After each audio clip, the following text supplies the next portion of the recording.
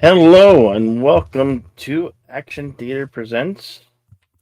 Today's feature is The Rock from 1996, starring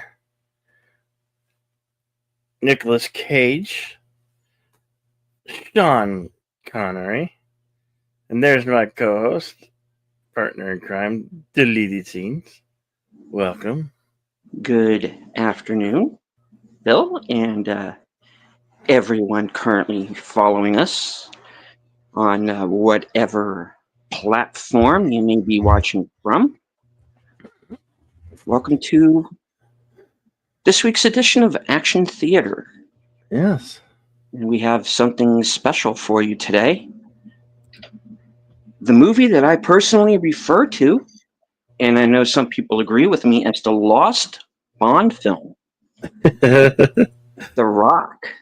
Yeah. Sean Connery, Nicolas Cage, Ed Harris, Ed Harris, the late Michael, legendary Tony Todd, Michael Mike, Biehn, Michael Biehn, William Forsythe, mhm, David Morales, John Spencer, John McKinley, mhm, Claire Fellini, Danny Nucci, mhm. ah, many, and Bokum Woodbine. Woodbury. Mhm. Yeah. When a vengeful general seizes control of Alcatraz Island and threatens to launch poisonous gas missiles into chemical weapons expert uh, federal personnel uh, to stop him and avoid that's played by Joy Nicolas Cage character.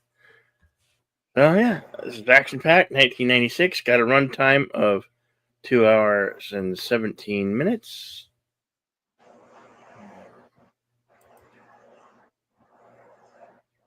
Right. Okay, why am I not seeing? I thought I posted the link in the chat. Why am I not seeing it?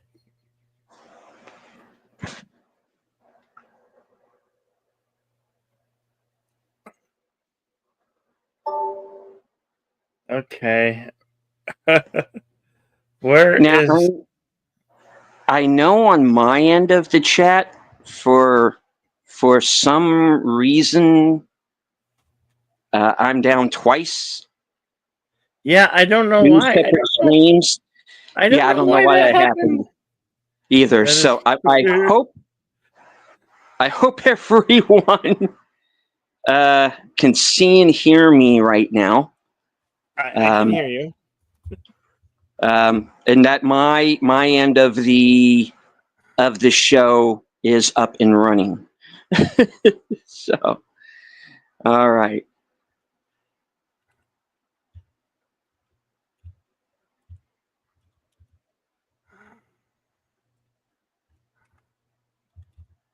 Well, let me get that link up there Mhm.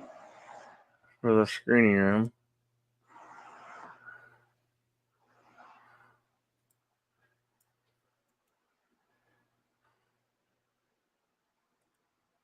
All right. For those of you waiting for the show on my end, go to the link. Go to the show link that just has my banner thumbnail on it, and that's where you can go. The link to the screening room is in the chat, so please join us there, as I will be here very shortly, as I am not yet on Cosme. So I just literally came in the door just before I came on, so I'm going to need a moment.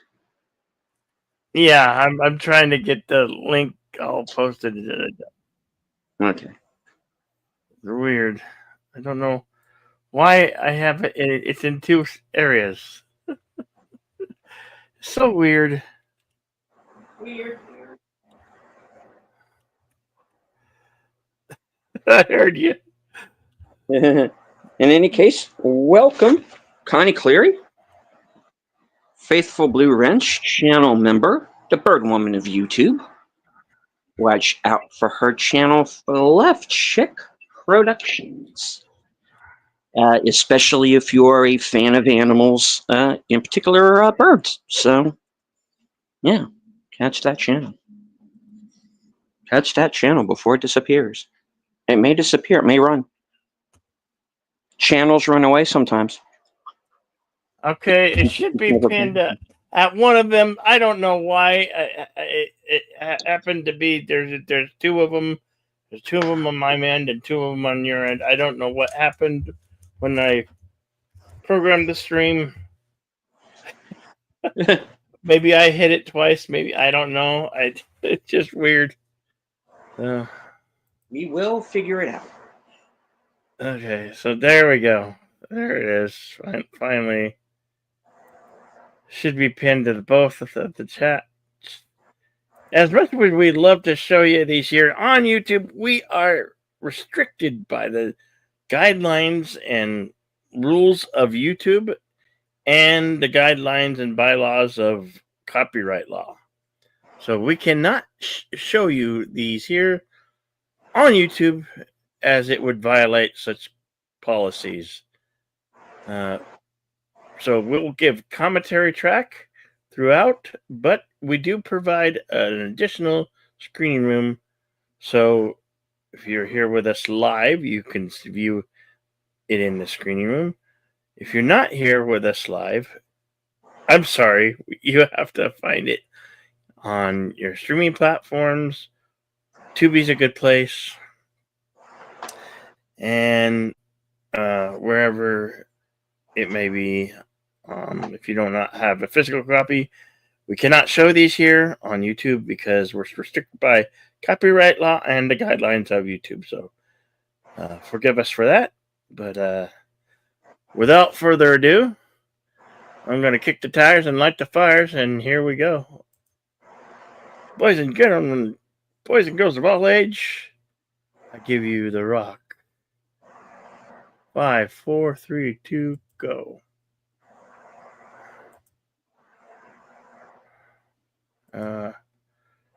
It would have been nice if I stopped showing. Okay, hang on.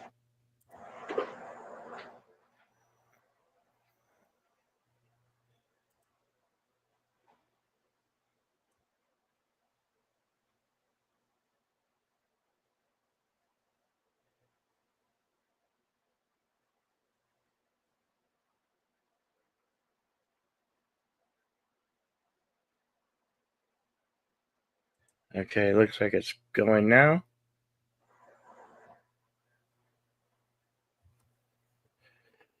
All right.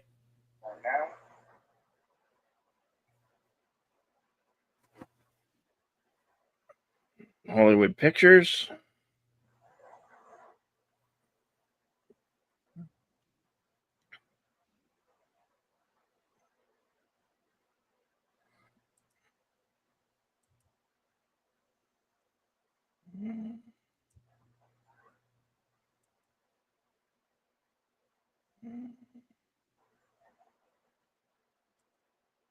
Of course, the Bruckheimer Simpson logo.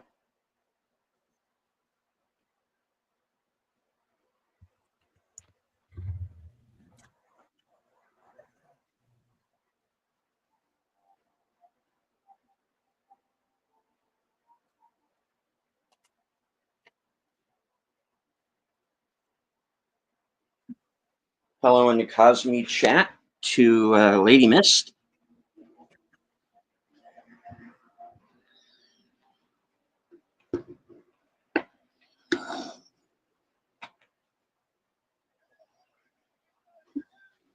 Title logo.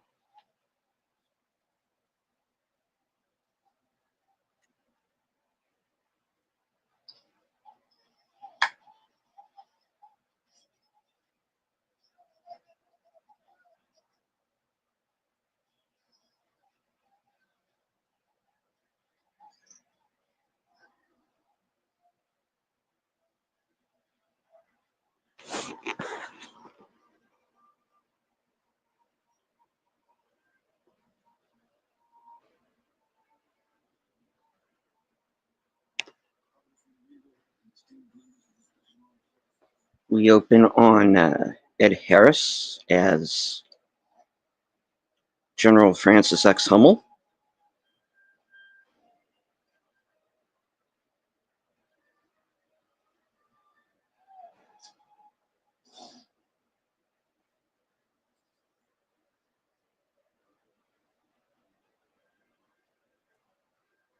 Very unfortunately, tonight's villain of sorts. Like, I don't know. I hesitate calling Hummel the villain. I mean, he does steal the nerve agent. He does take over Alcatraz. He does kill people, but it's not something that he wants to do. You know, he's kind of, in his mind, he's been pushed to this. And as we find out as the film continues, perhaps he has.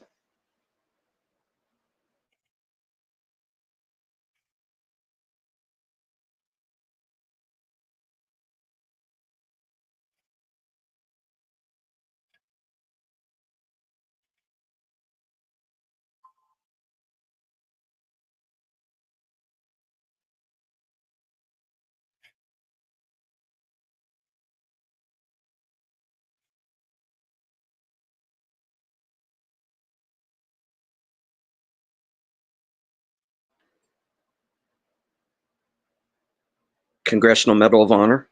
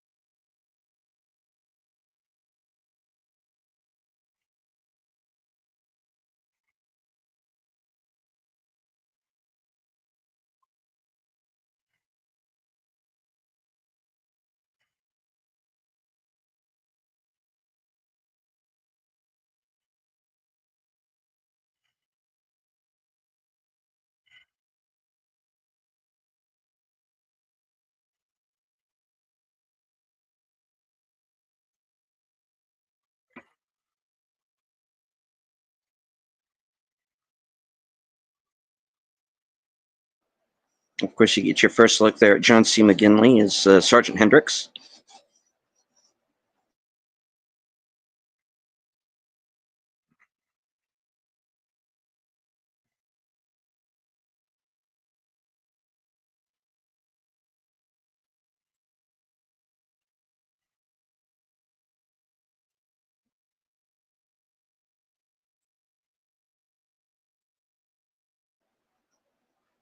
And you also notice in this scene, they're very careful not to kill anyone. They kill no one in this scene. Hey, the paddle wannabe. Good to see you, Pud. If I don't want to be, good to see you. The latest channel member on my channel. So welcome, Pad. He says Hummel is definitely the antagonist, but the men around him are the real bad guys. Yeah, and there's a couple in particular, and we'll talk about that when we get to that point.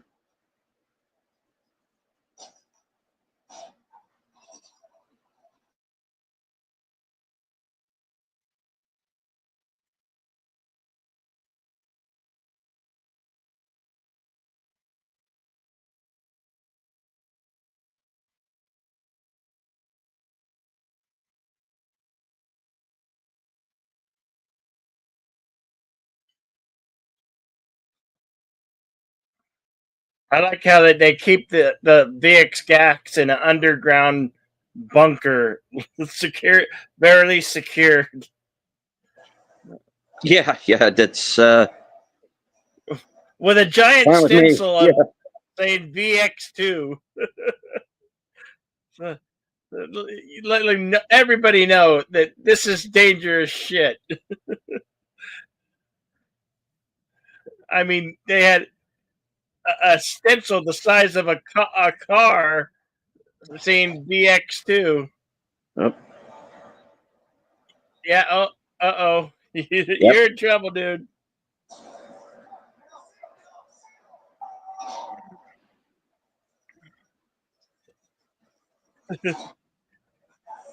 Here you see the first effects, the blistering, and basically it's destroying all tissue, basically flesh.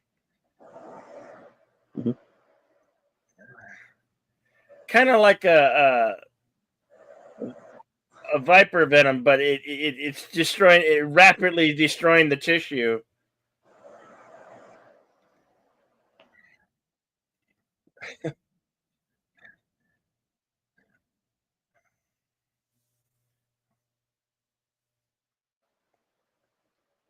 And we cut to our FBI lab, and of course, Nicolas Cage is Stanley Goodspeed.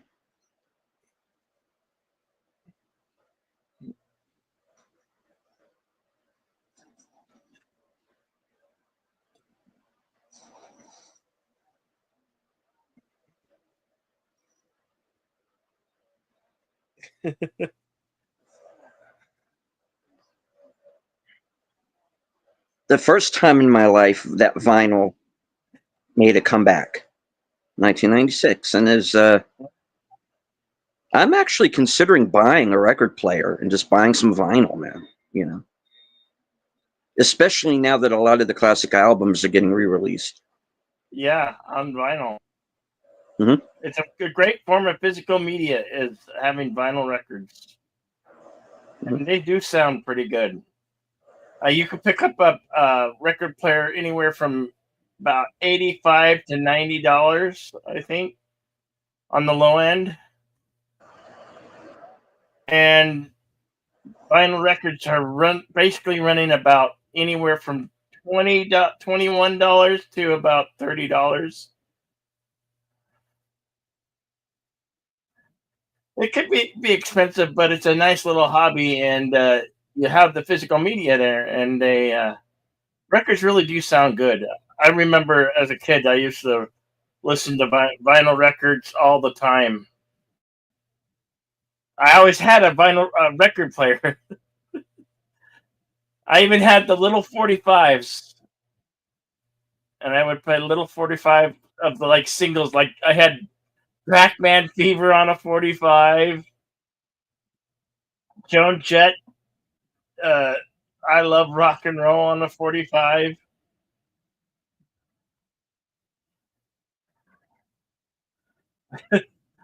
And Padawan, he says he actually has that album. That's cool, Padawan.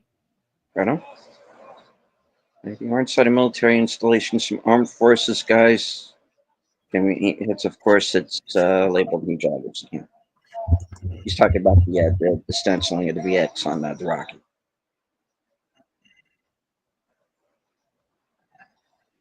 Of course, we also see Todd Louiso here, who's Marvin Isherwood, Xander Berkeley, who we've seen before here on this program in both Terminator 2 and Shanghai Nights. Where he was the Lee Van Cleef type character.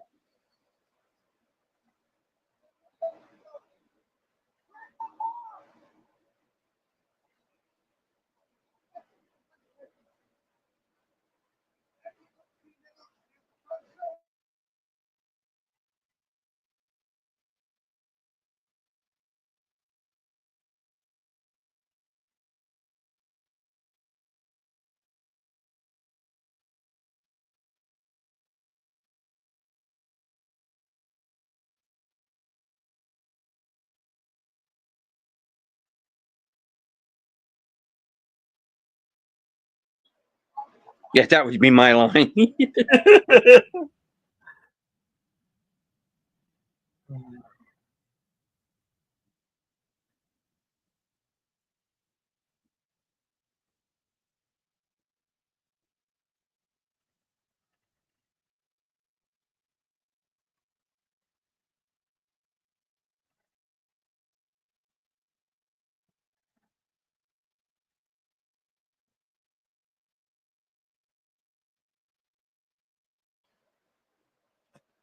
I like that they open with Goodspeed in his element because he comes off at the very beginning here as being very competent, but then he's going to be thrown into a situation where he has to play catch up.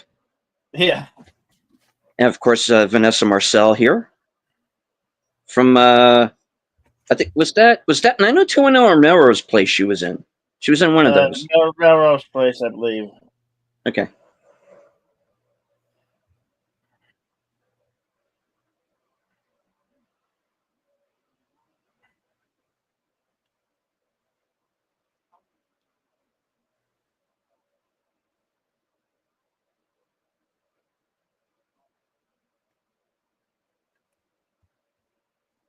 Mm.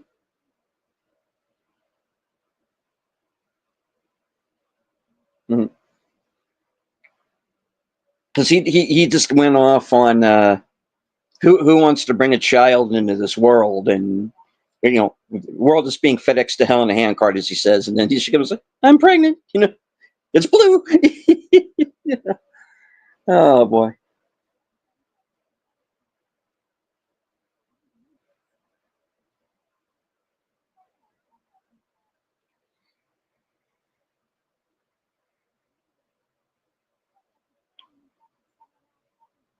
Yeah, and General Hospital, yes.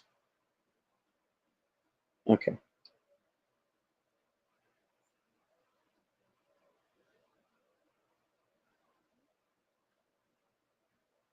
And she was in NYPD Blue a couple of times as well.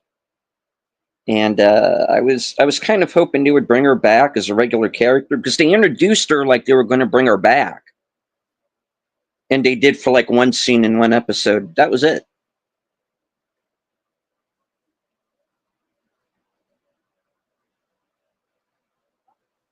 And of course, our first look at Alcatraz.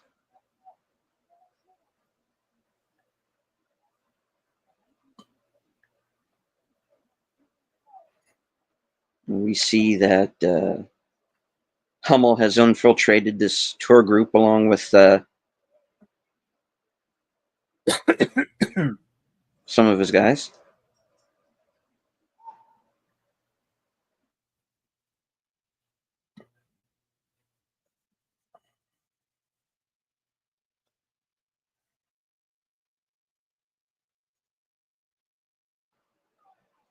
And he makes the point there to clear the kids out,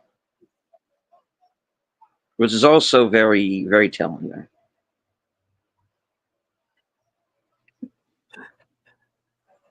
Major Bob, how come you got one sock up and one sock down?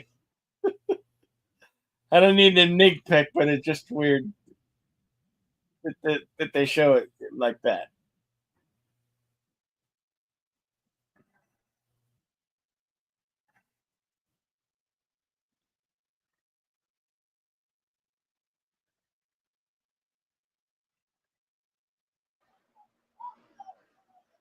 Of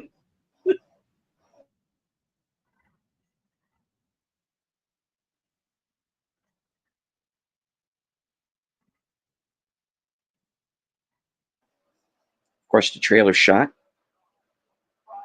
And there he is, Tony Todd, said Captain Fry. Gregory Sporlater, who you might remember from Say Anything and Black Hawk Down.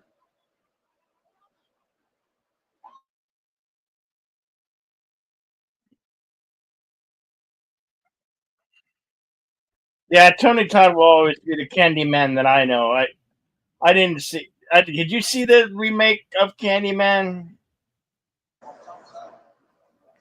No, I didn't bother with it. Yeah, neither did I.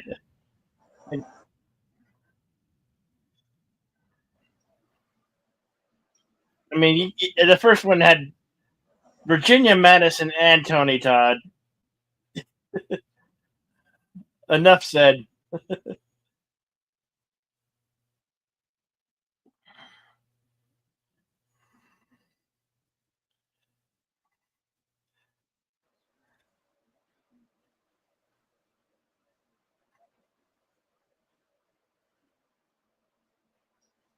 Of course, that gadget comes into play later.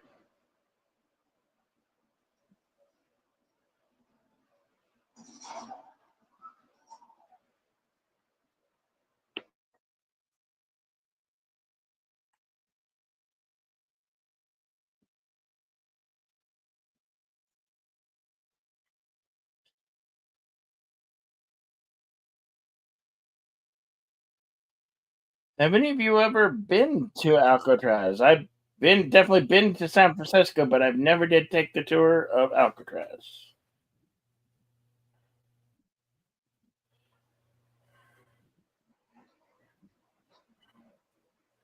Nope. Haven't been any farther west than Chicago.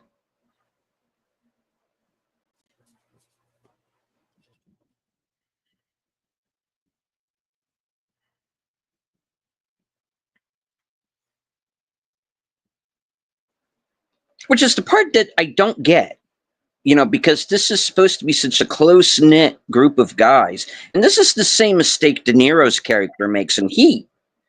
Is you're bringing in people that you don't know and haven't worked with, Waingro in that case, and in this case Fry and Darrow. Even though I don't remember if it's in the film or if it was a deleted scene, or if it was something that was scripted and didn't get made. He did know Gregory Sporlater's character's dad, so he did know him. I mean, didn't know him, but he was not like an unknown commodity. He was aware of this kid, but I always find it odd in a movie like this, and that's always like, I always think that's a mistake to just kind of bring somebody you don't know into this, because you don't know how they're going to react. You know, and in Reservoir Dogs they make that mistake as well. With Vic. That's basically because Joe and Eddie don't realize how crazy that prison made him. But the rest of the characters don't know him, think he's just a psycho. But anyway.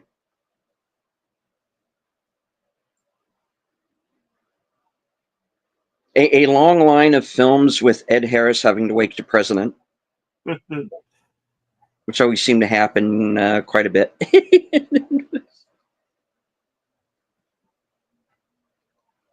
Who's that actor that the one that's from Breaking Bad, and he was also in Yeah. The what was that? Clear and Present Danger? Present Danger, yeah. Raymond Cruz. Yeah. He has a lot of major credits. He's in Training Day. He's in Alien Resurrection. He's in Last Stand at Saber River, which we've done on the Western Show. Yeah. He's played a lot of military personnel guys. He has, actually. He played military personnel, and he's played drug drug lords.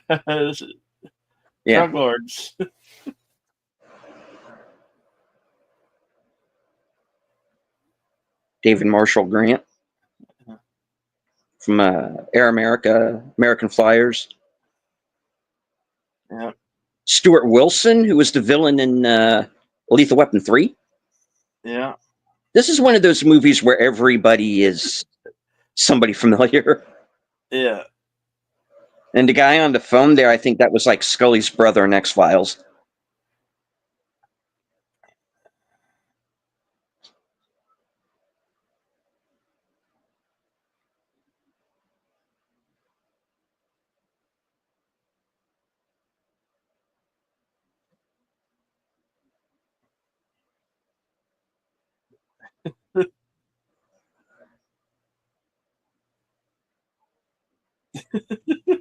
Yeah.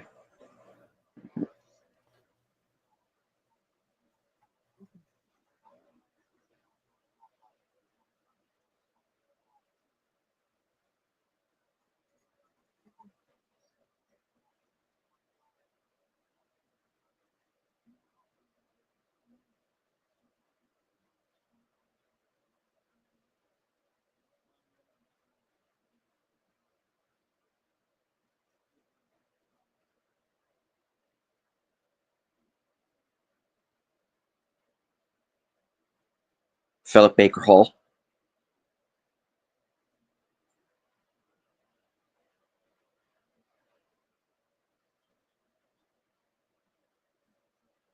John Laughlin. Yeah, everybody is somebody in this thing. I tell you.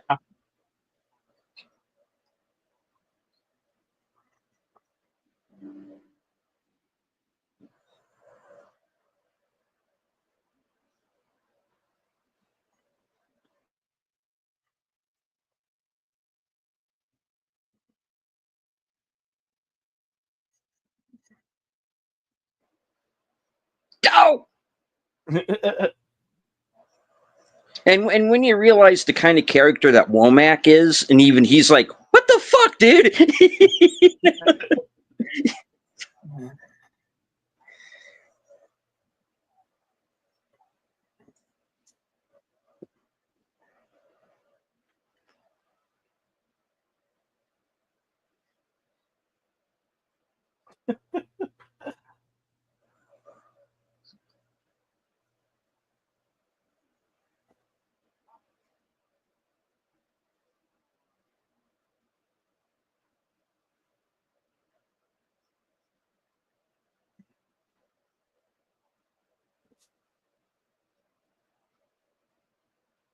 That's just basically when a packed Denver Bronco game or Yeah. a packed Cowboys game, because those stadiums hold about 60 to 70,000 people.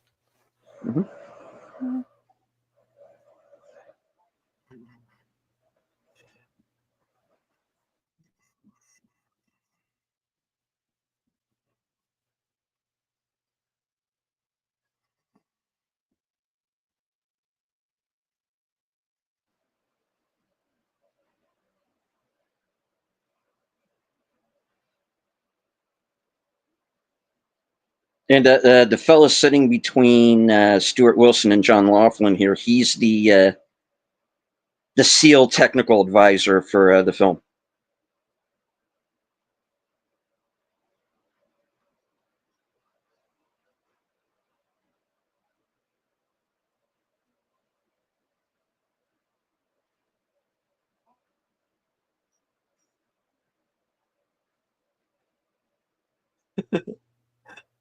It's busy. The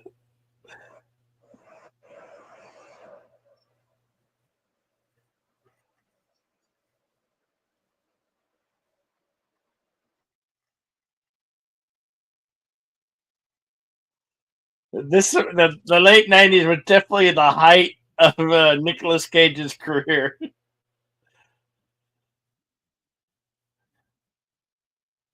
I mean, he's still pretty good, but he does like make a lot of straight to video films these days.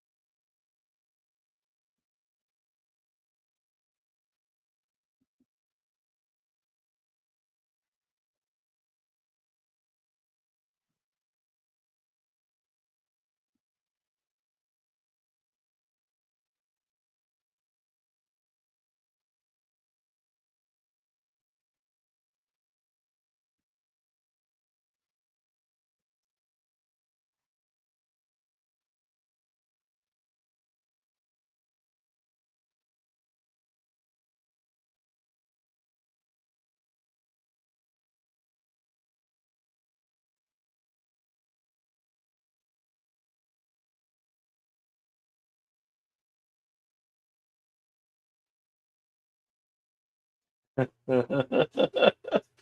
like Lomax's face. It's like, no, no, no, no, no, no, not him.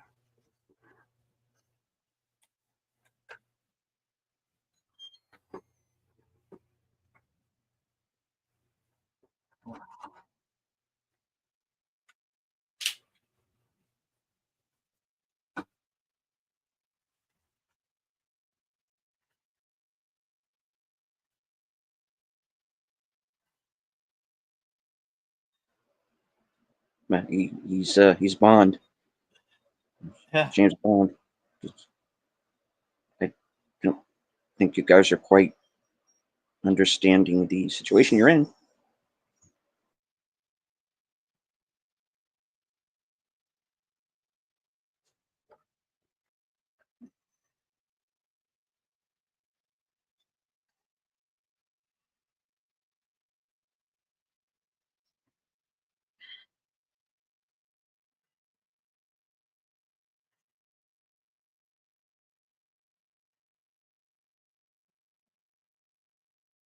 Connery still looked pretty good when he made this one.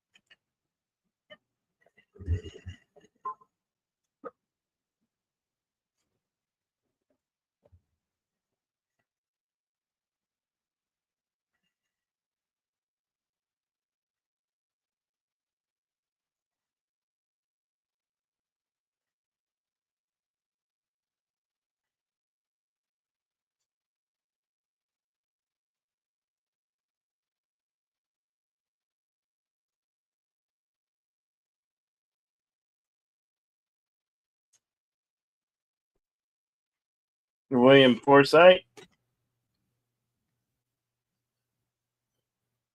who's also played some villains on his.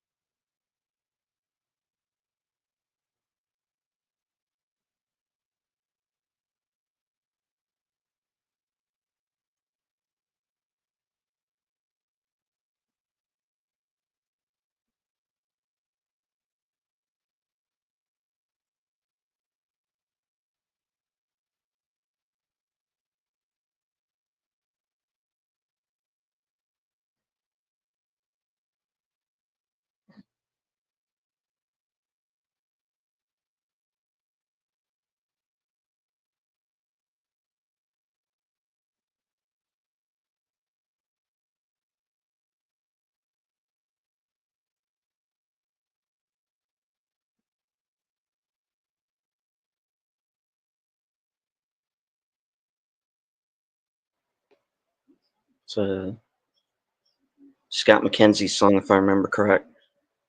Have a one-hit wonder.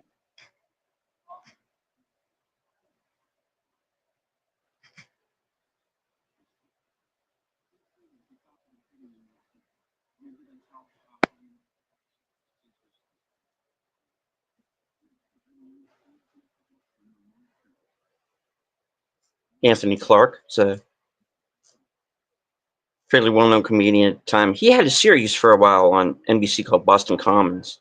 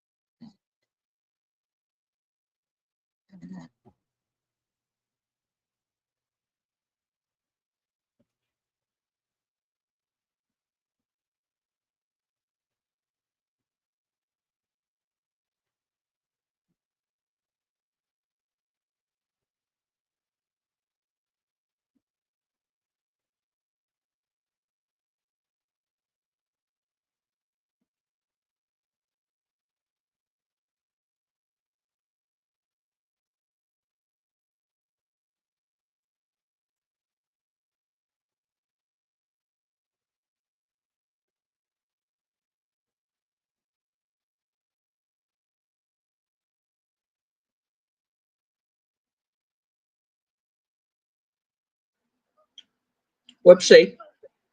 Wile E. Coyote time.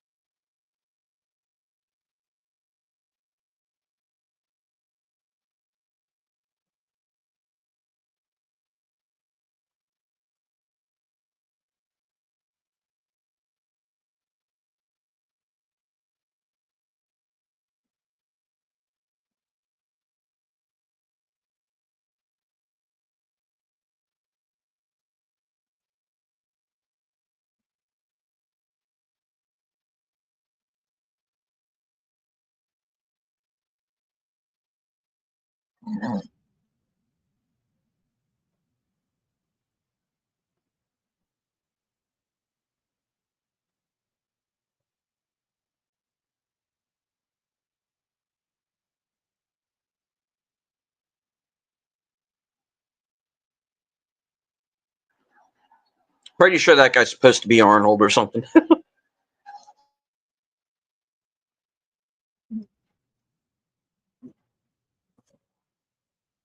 Mhm. Commandeering your Ferrari.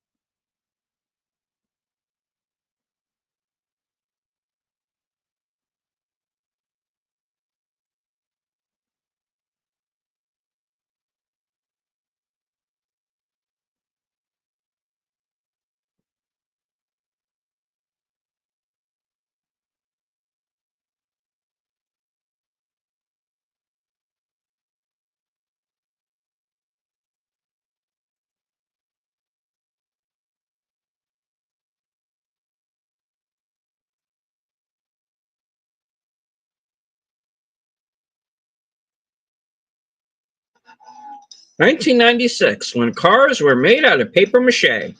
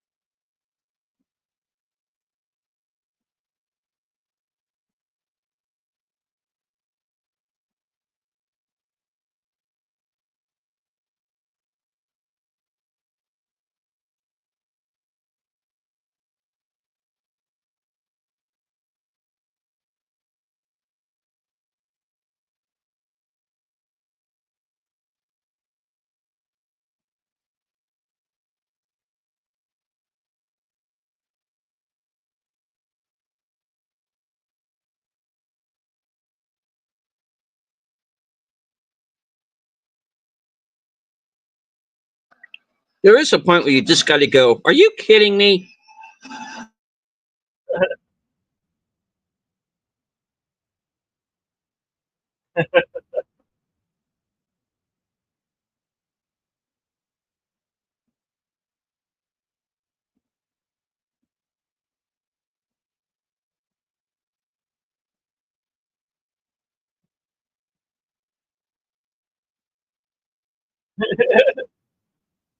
I like this kid here. Dude, you just messed up your Ferrari. Not mine.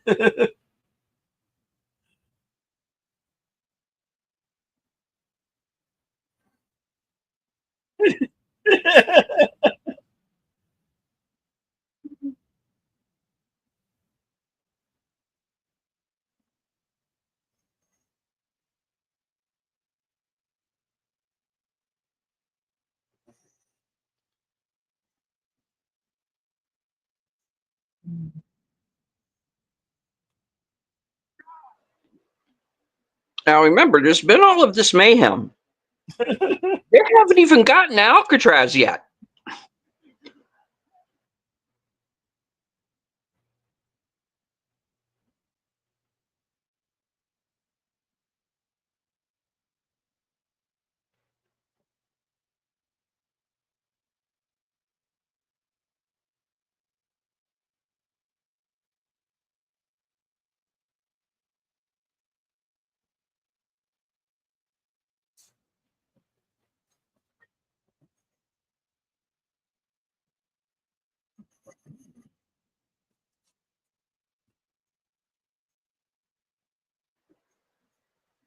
And of course, Claire Forlani. and a random blonde girl.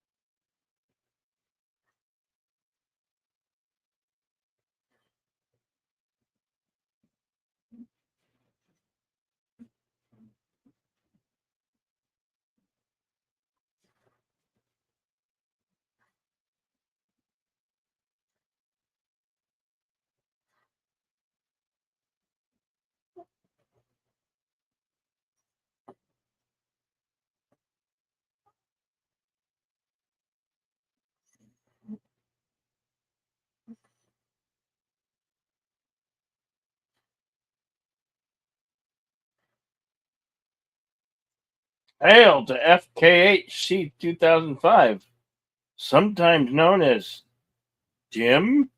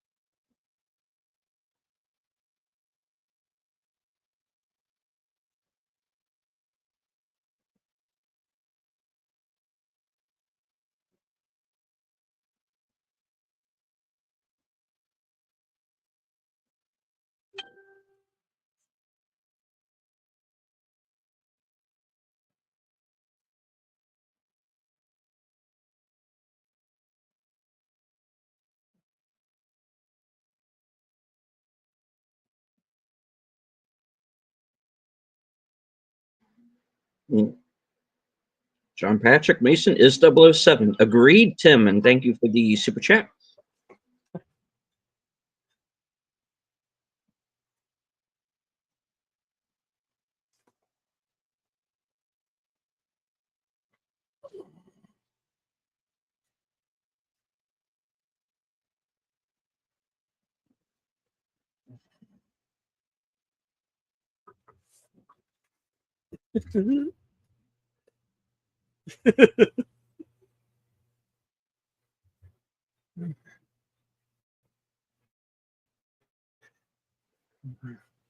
Yeah, he avoids swearing. I tried to.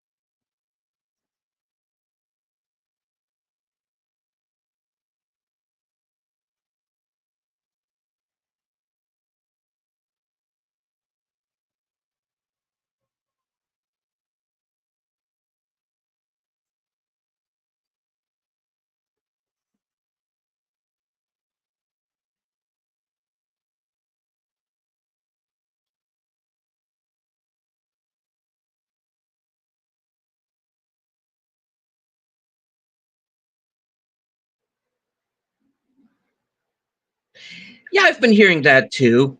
As to whether or not they will reopen Alcatraz, they don't. They tend to close these places down once people escape. So they're going to have to make some changes, obviously, before they do. I mean, you gotta figure into how much would it cost to refurbish it. You know. It's it's been quite deteriorating for some time too.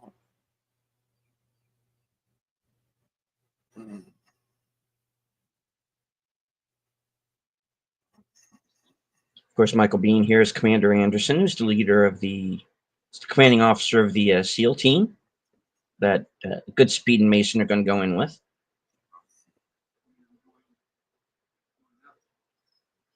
The thing about Ed Harris's character, Earlier you wanted a gun. true. Yeah. Earlier you wanted a gun. Now you're gonna go scuba diving.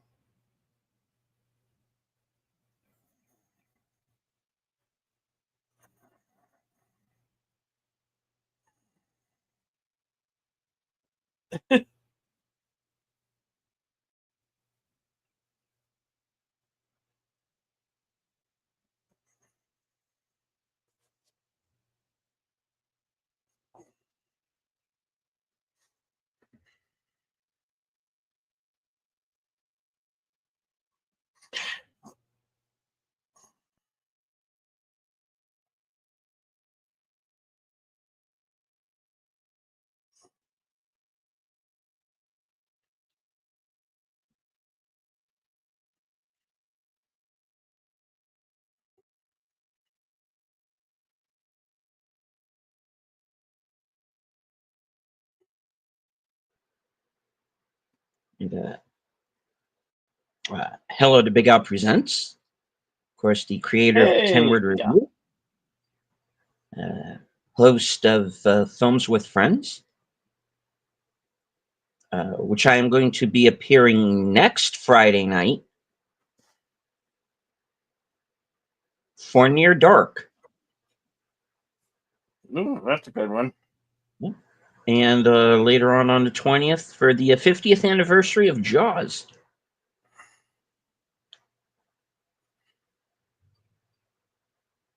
The original summer blockbuster. Yep. Started with Jaws.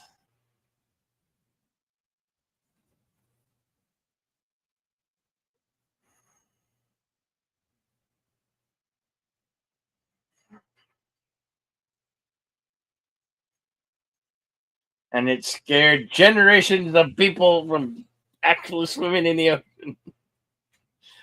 Made you really think.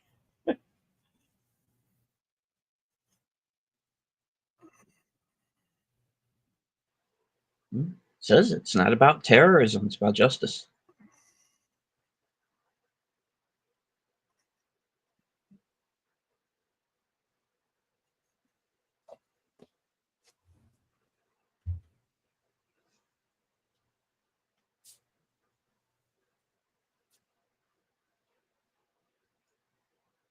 For those who are watching along on Cosme, we are 59 minutes, 20 seconds into the movie. Yep. And we're about to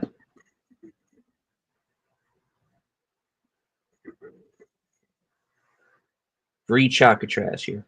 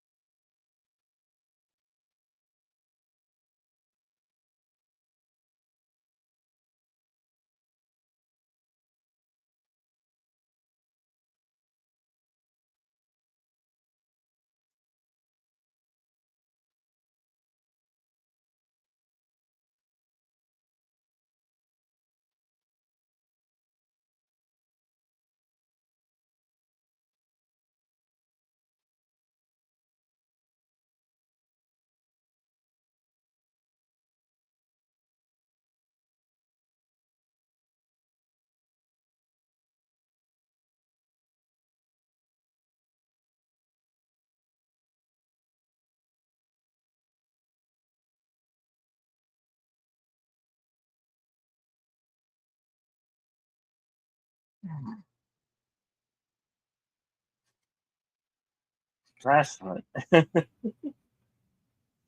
Hey, lady.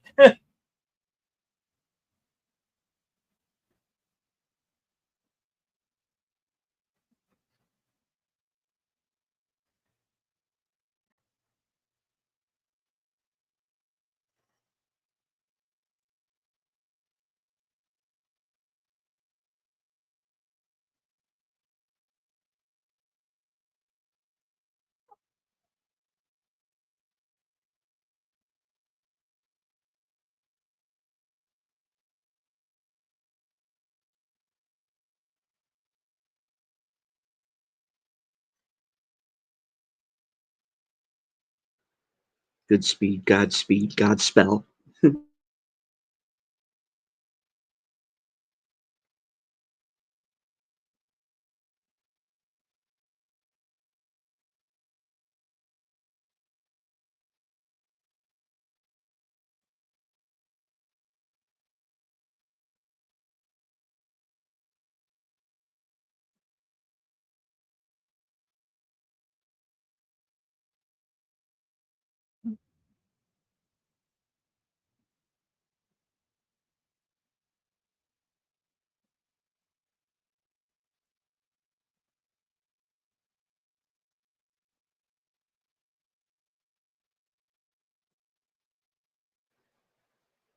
Oh, now you tell us.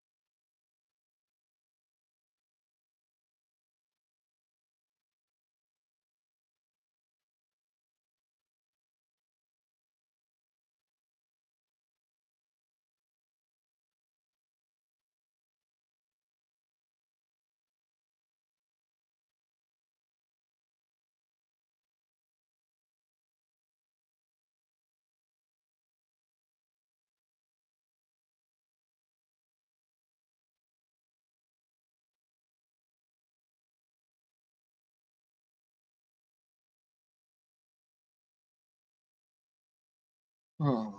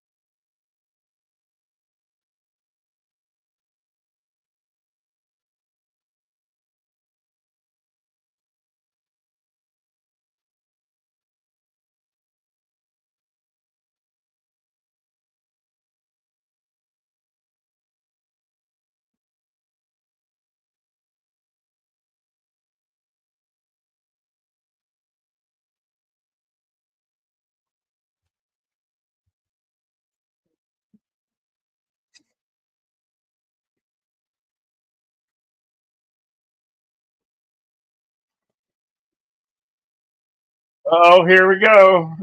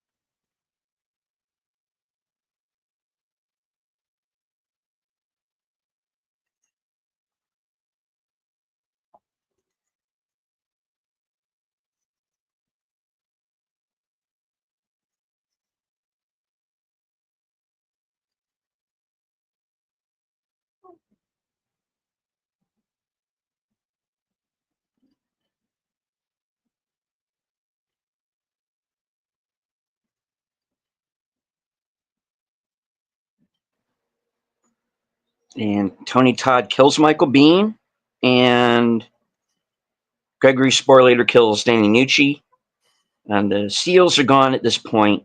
And this is probably the one part of the movie I have the most trouble with, because I refuse to believe that they would have gotten themselves trapped up there. They would have had somebody on Overwatch. They would have had somebody up high that would have prevented that from happening.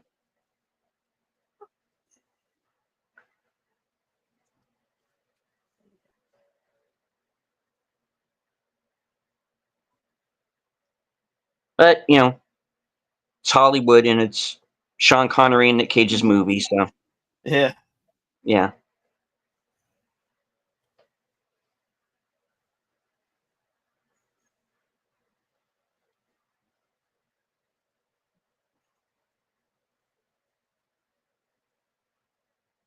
You know, it's not The Rock starring Michael Biehn, even though that would have been good too. But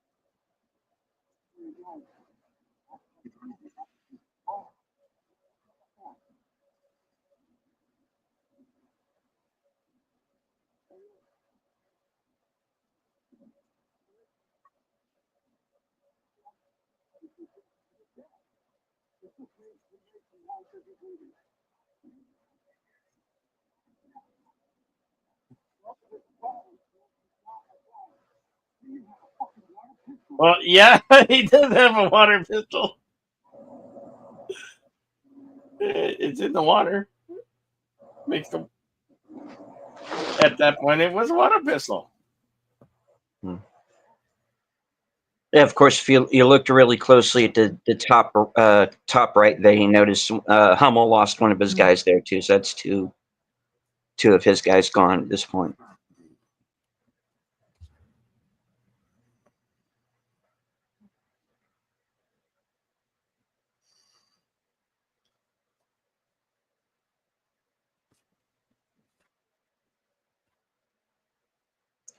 And again, he says that I didn't want this, you know.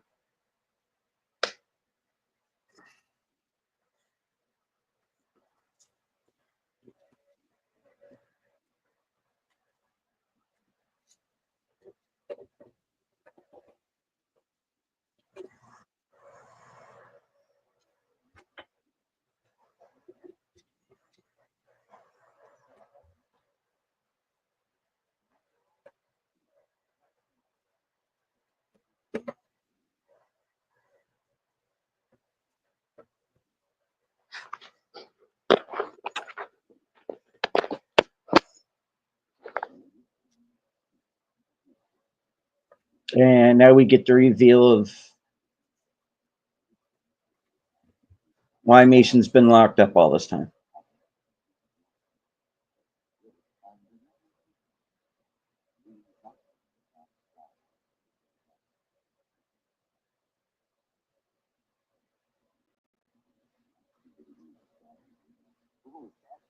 Give me the microphone.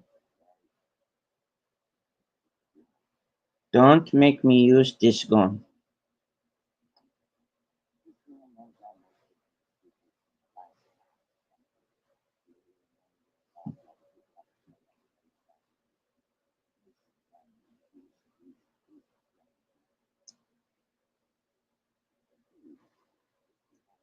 Weirdest West Wing episode ever.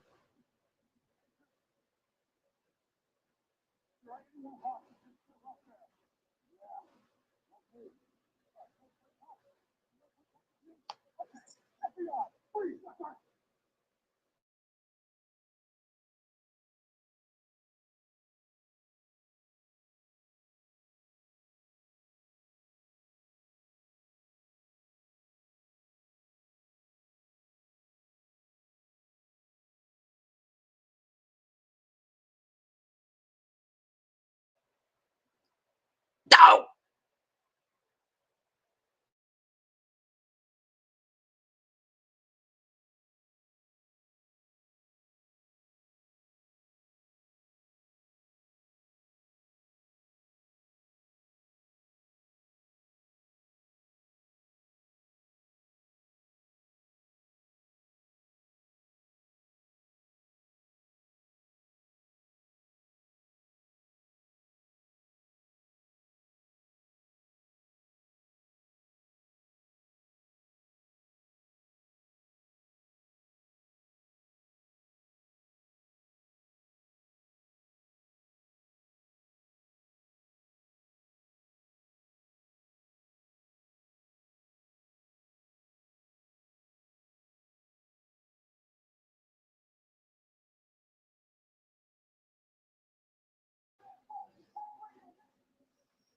All right.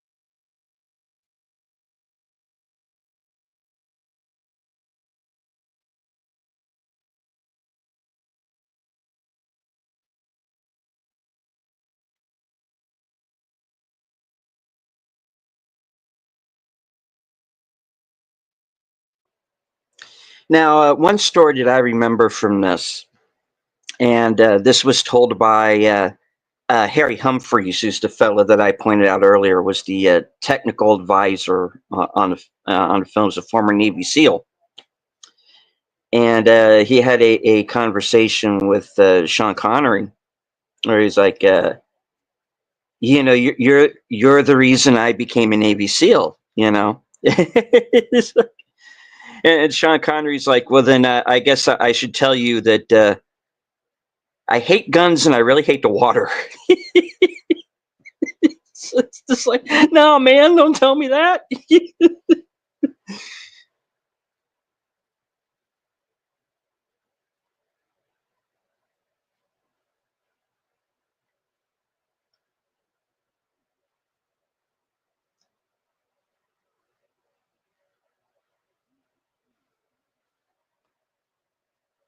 Here we go.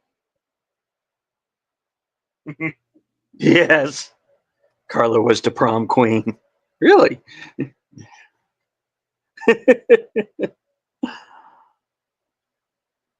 All right.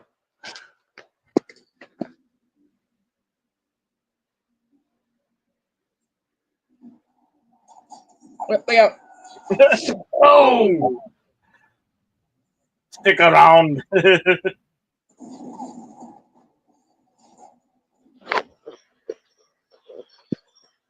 And we're 84 minutes into the movie before Connery kills his first man.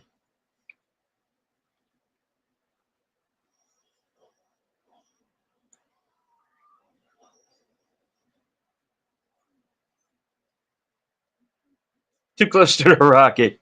Him, but not the rocket. The other news professor.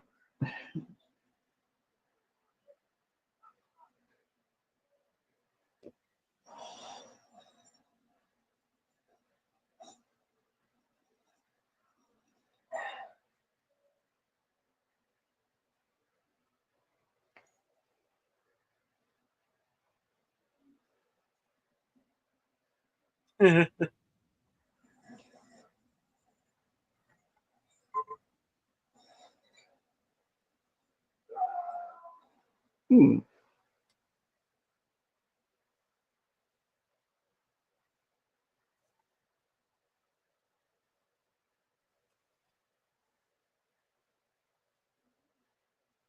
Chalk up 2 more bad guys.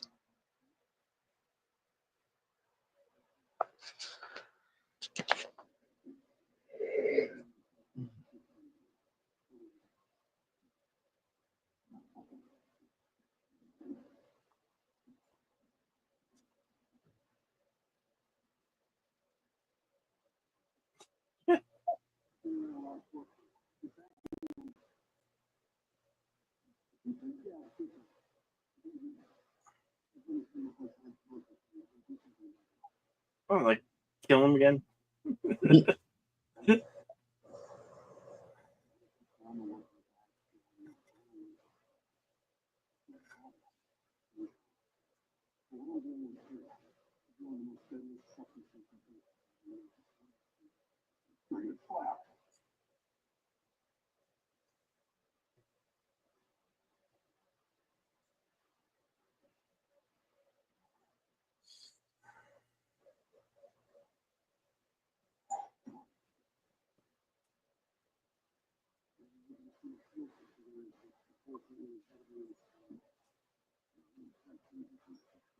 Which kind of makes you wonder, why'd you build it like that?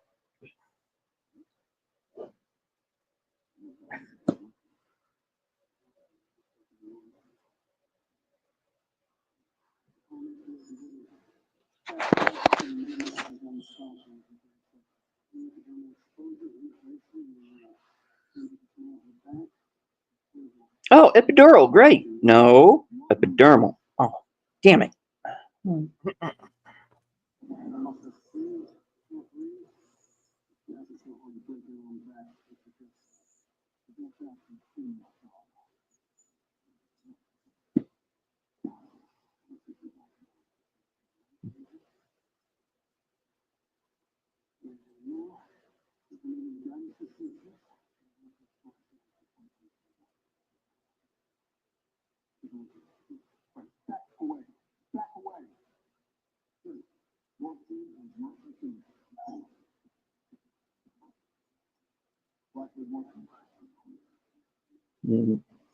I'm missing the reference there, Tim, obviously. So.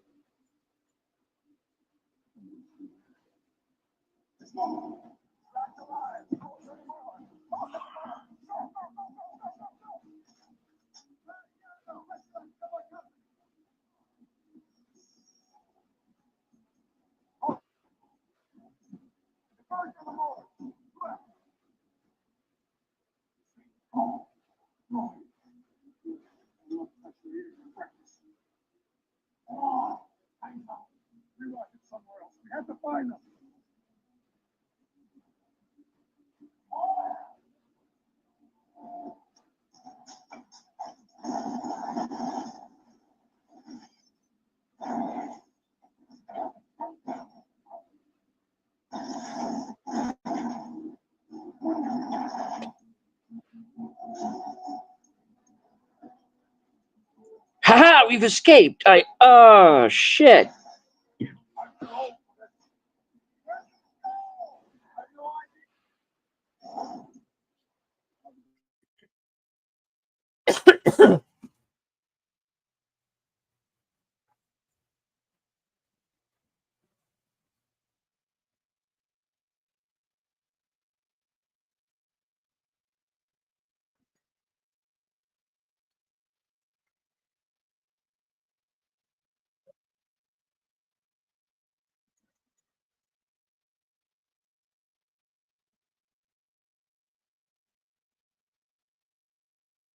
Ouch!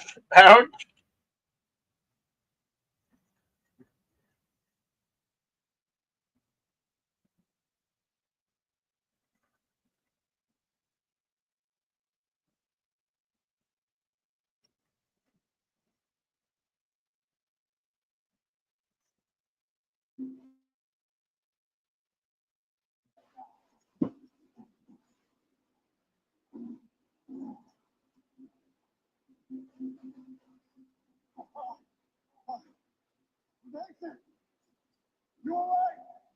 Yeah, perfectly okay. You fucking idiot.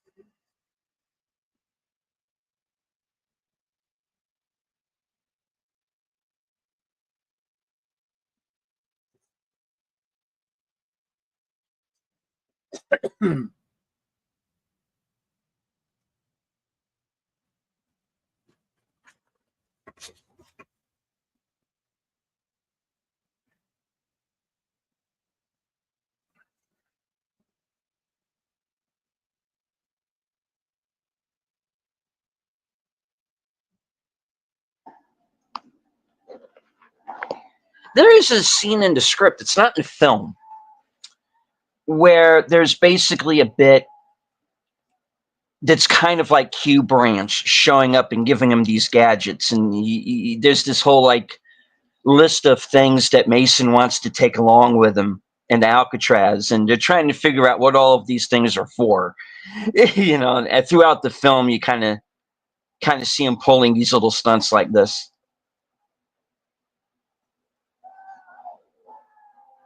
Bye-bye.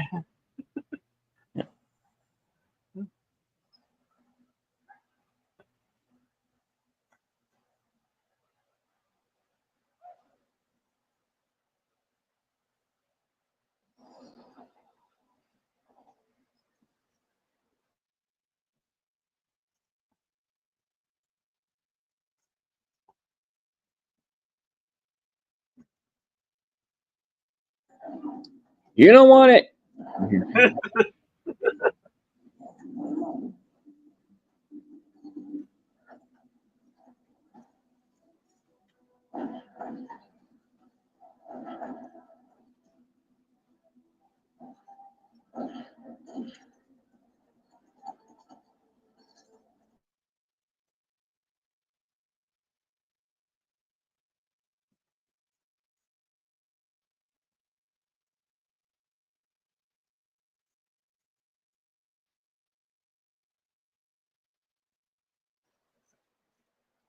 That's it. Tuco Salamanca is no more.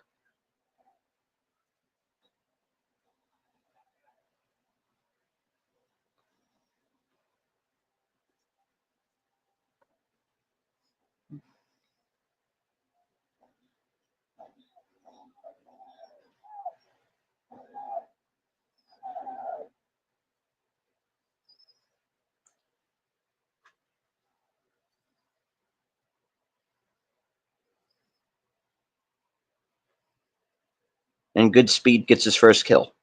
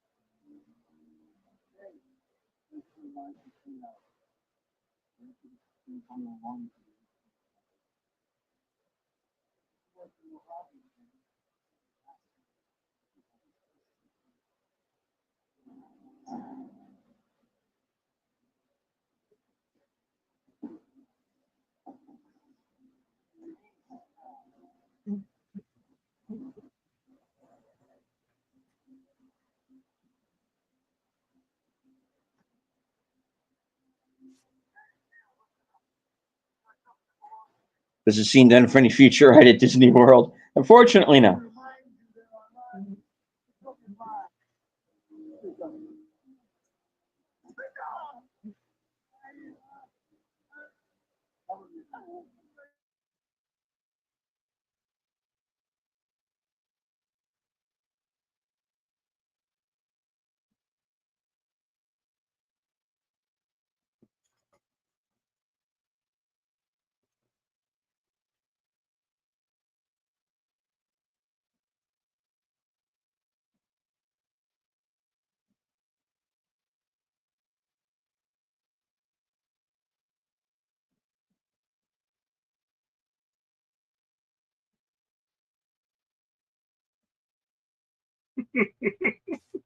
Okay. Yeah. Thumbs up. It's good. It's all good. Winning.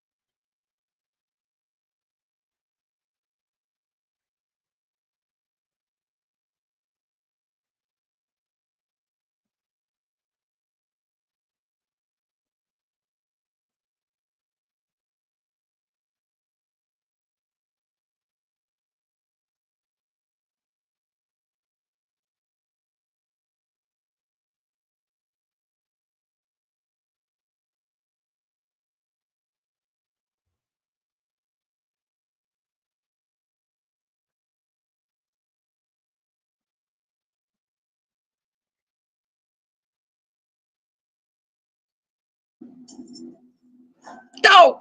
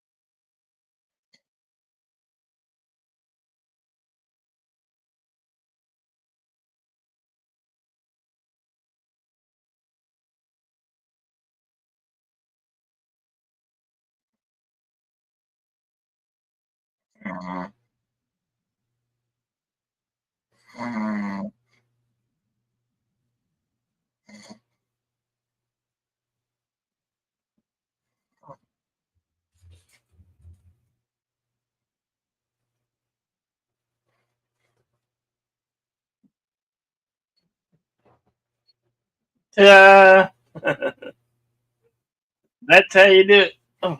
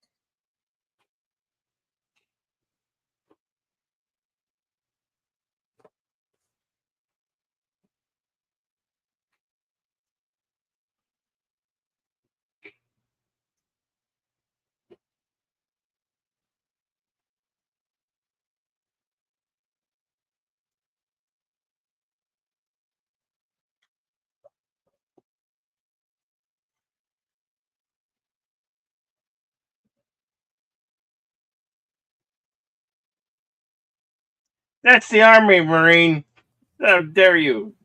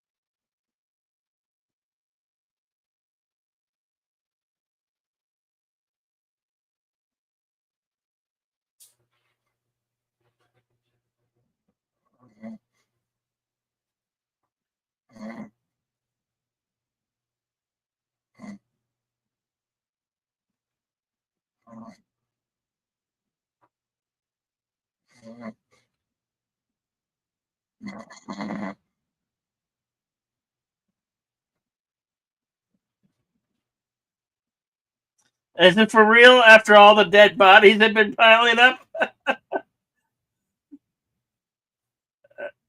It's a little bit late in the game, don't you think?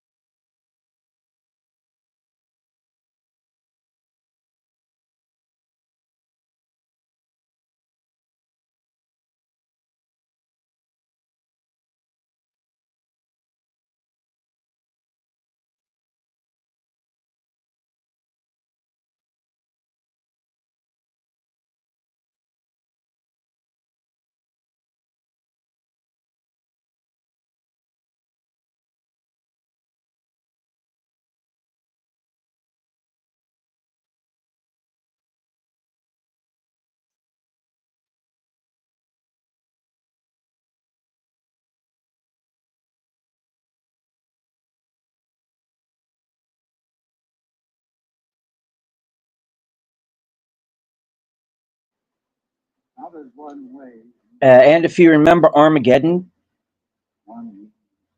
same president. And if you remember Armageddon,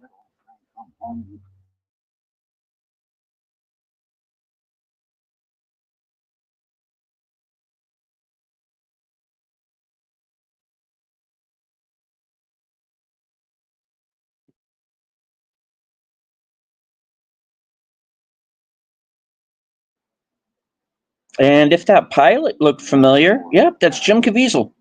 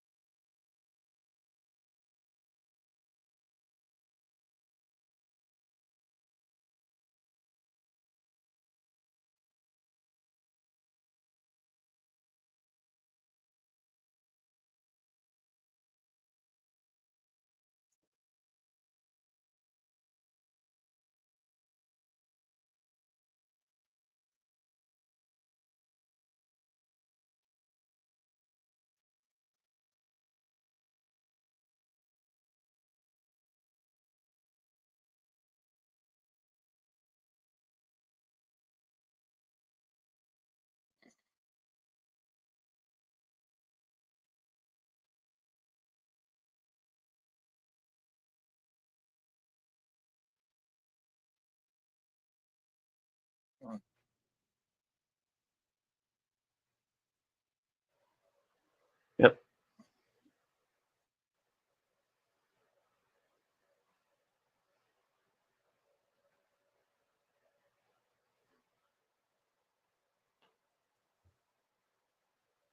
Here they have a mind of their own. Nope.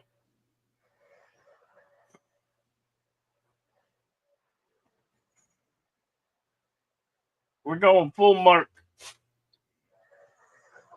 Yep.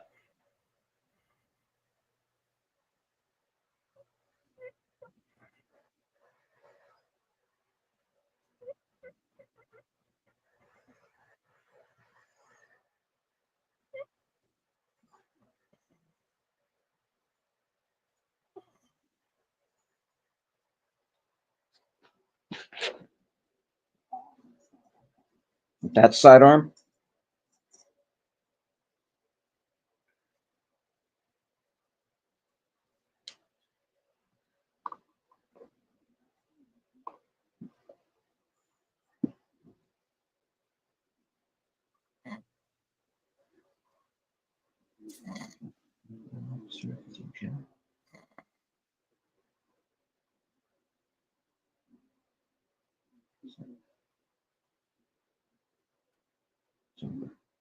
Blam. Oh. Ow! Oh.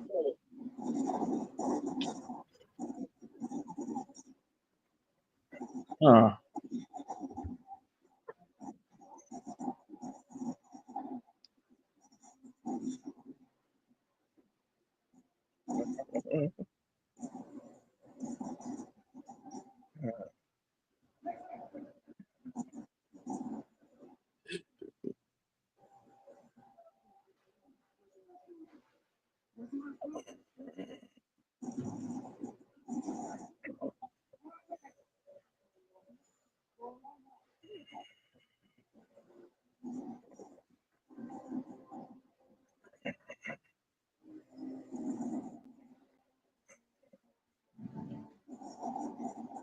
Almost gone.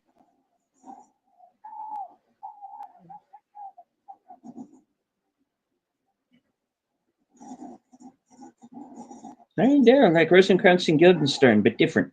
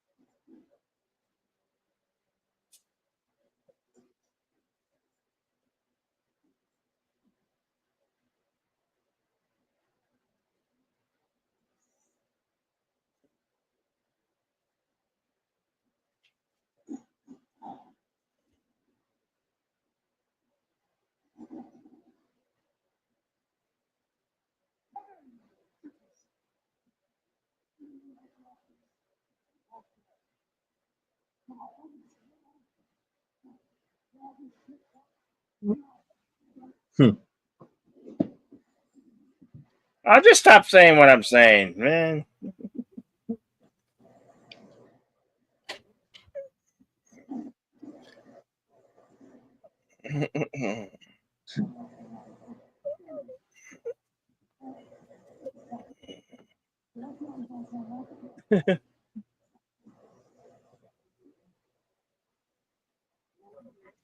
You're the Rocket Man.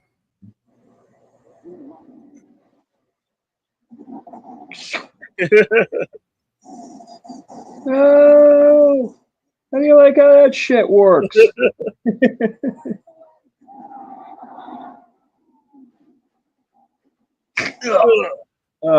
This world.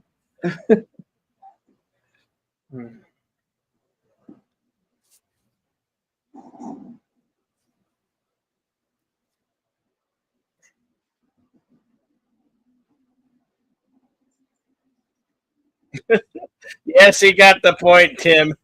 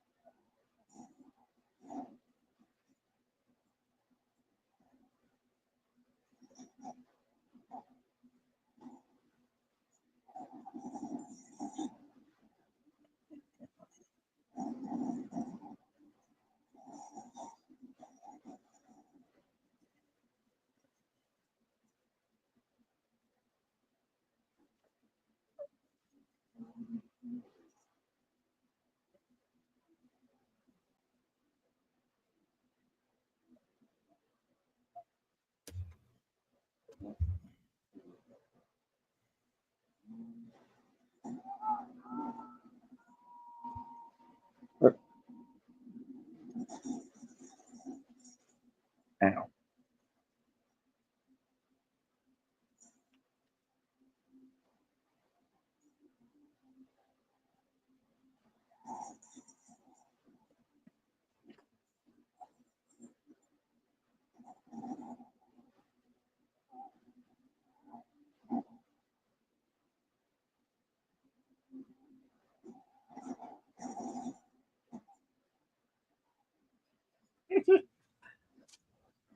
I've fallen and I can't get up.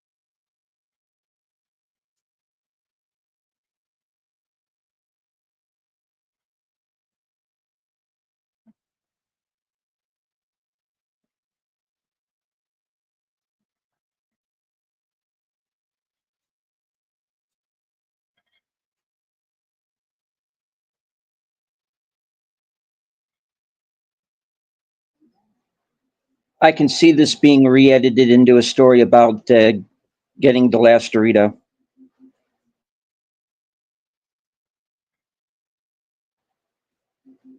No? Okay.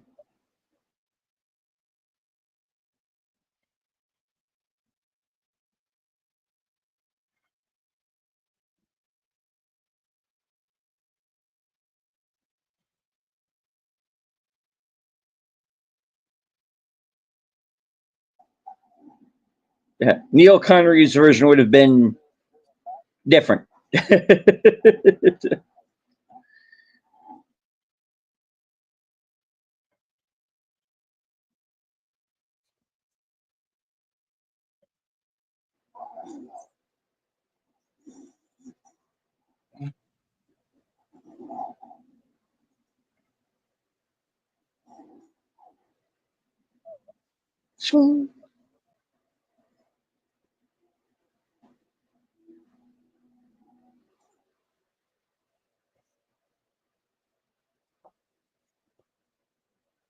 Did he get his heart? He kind of looked like it got a little low, like he lost Yeah. leverage. I think your heart's a little bit higher.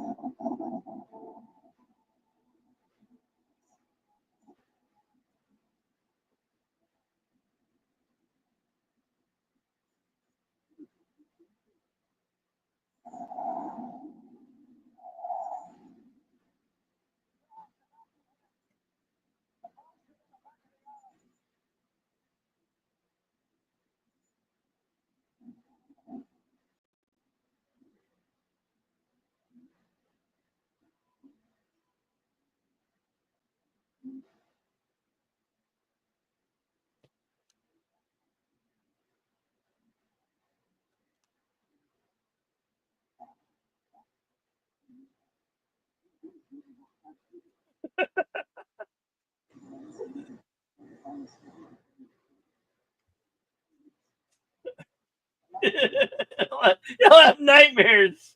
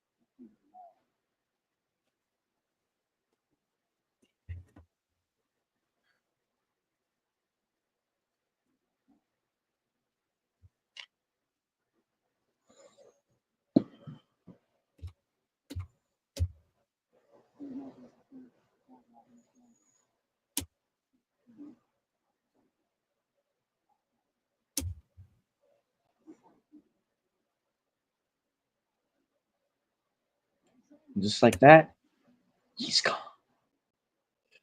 Mm.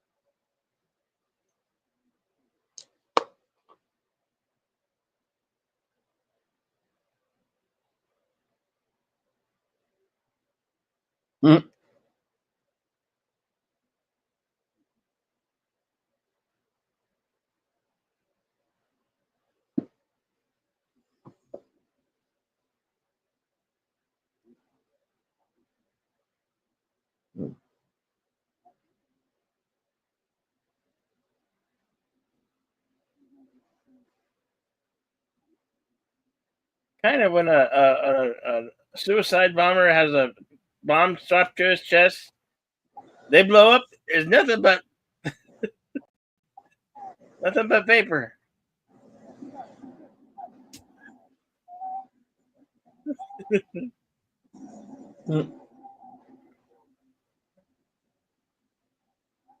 We have the microfilm.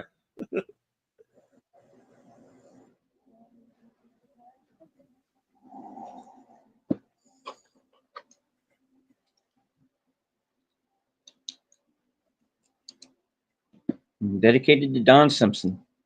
This is the last movie he worked on before he died.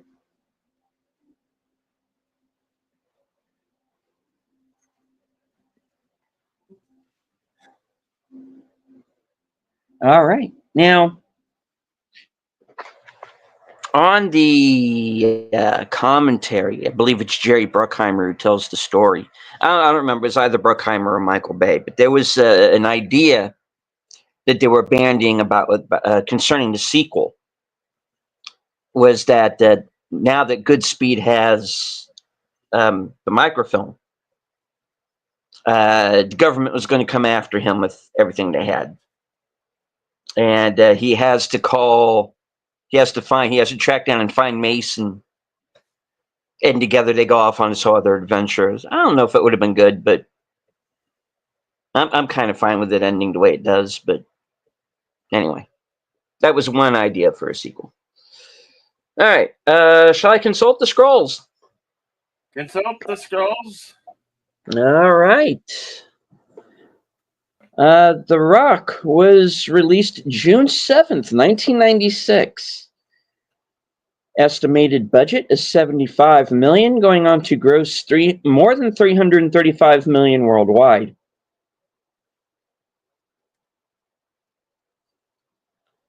It was nominated for the Best Sound Academy Award. It was nominated for 2 Saturn Awards.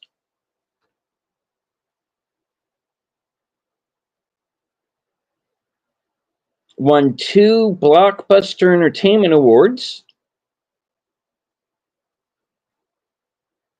Nominated for 3 MTV Awards, winning 1, among others. Let's see. Scrolling down.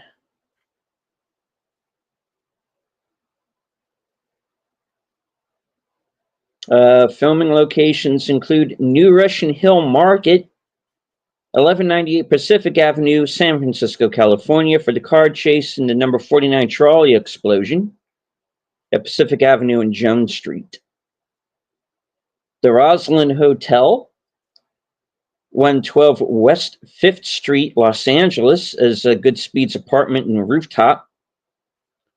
611 West 37th Street, San Pedro, for Jade's, that's Jade's house.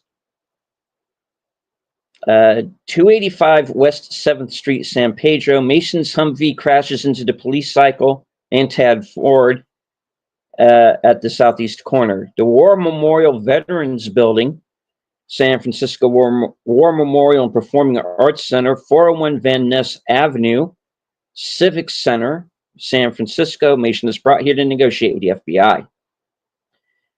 The 11,000 block of Darling Road near Wells Road, Ventura, California. The Fort Michael's Church, which has since been demolished, in the ending scene. The Henry Ripening, could be Ripening, and Distribution Center, Henry Ripening and Distribution Center, 578 Enterprise Street, Escondido, California, formerly the offshore marine basin.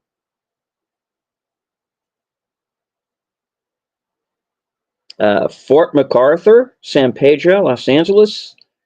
Battery Barlow Saxton Naval Weapons Depot exteriors. 433 South Spring Street, Los Angeles, California, for the FBI San Francisco building. Pacific Electric Building, which is a Goodspeed's apartment interior.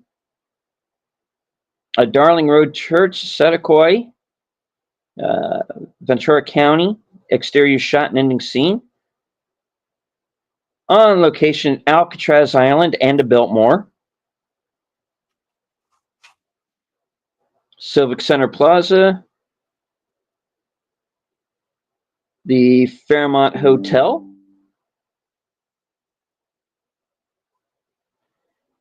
Uh, 950 Mason Street, Nob Hill, for the penthouse scenes. Golden Gate National Cemetery for the opening sequence. Hunters Point Naval Shipyard for the helicopter carrying the SEALs takes off. Palace of Fine Arts, Mason's meeting with his daughter. And Ventura, California's Fort Walton, Kansas.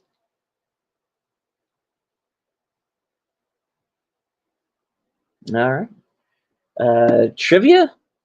There's 158 trivia items. I'll get through as many as I can, but I don't know if we're going to have time for all of them, but let me try. All right. Quentin Tarantino was an uncredited screenwriter on this movie, along with Jonathan Hensley, who wrote the shooting script, and Aaron Sorkin.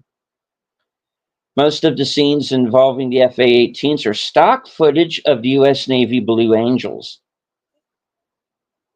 Sean Connery was rumored to have asked the production to build him a cabin on Alcatraz so he wouldn't have to travel to the mainland every day. In reality, Connery allegedly did ask permission to anchor a yacht off the dock of Alcatraz, but was denied by the Coast Guard.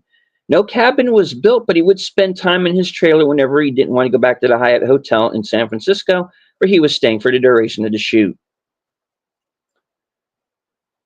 The film is dedicated to producer Don Simpson, who died during production.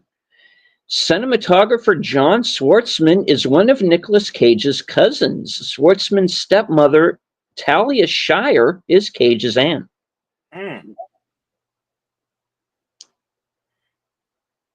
Remember, folks, the real name is Coppola. Some of the Navy SEALs in this movie were played by real Navy SEALs. Aside from the obvious references to Sir Elton John's Rocket Man, there's another more subtle astronaut-themed reference. Major Baxter's first name is Tom, hence Major Tom, the ill-fated astronaut from David Bowie's Space Oddity. Dick Clement and Ian LaFreniere provided uncredited rewrites of Sir Sean Connery's dialogue. At around 32 minutes, Mason insists on having a suite from the Fairmont Hotel, which is conveniently located at 950 Mason Street. The Beatles LP that Goodspeed buys is Meet the Beatles.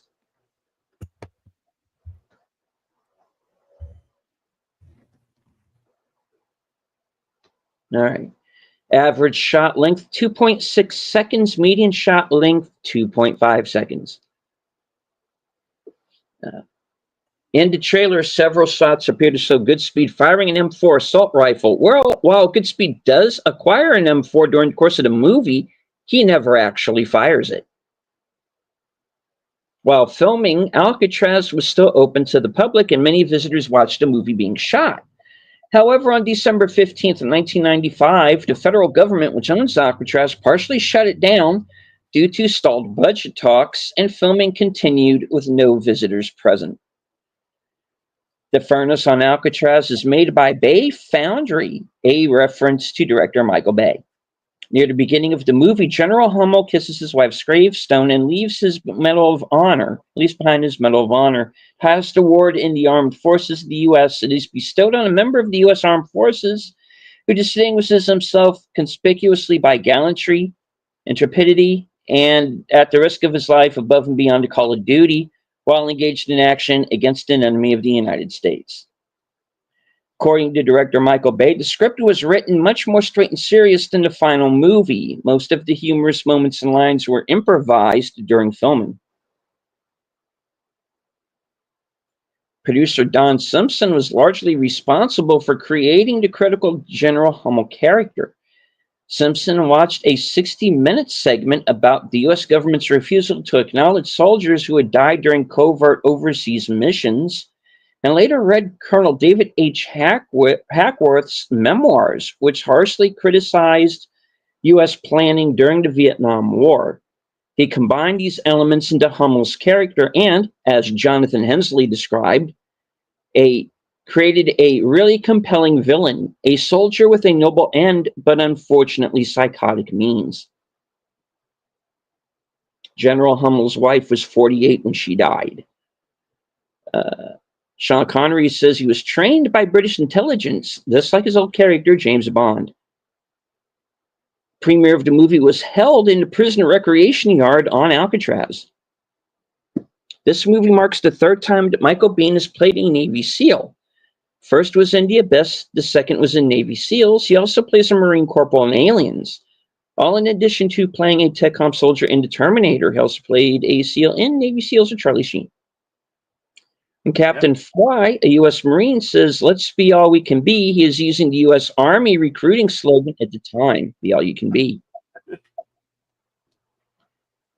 Arnold Schwarzenegger was offered the role of Mason. At the time, the script was only 80 pages with a lot of handwriting and scribbles, and it didn't seem fully baked. In a Reddit AMA, he stated he regrets not taking the role. Years later, however, he played a part as a convict with a mysterious past and escape plan. In the scene in the interrogation room where Goodspeed introduces himself to Mason, John replies, "But of course you are." This was exactly the same line he used when he met Plenty O'Toole in the casino scene in Diamonds Are Forever. Michael Bay claimed at the time that this was his favorite movie so far of his movies. Yes, I know that, Discord. Shut up. All right.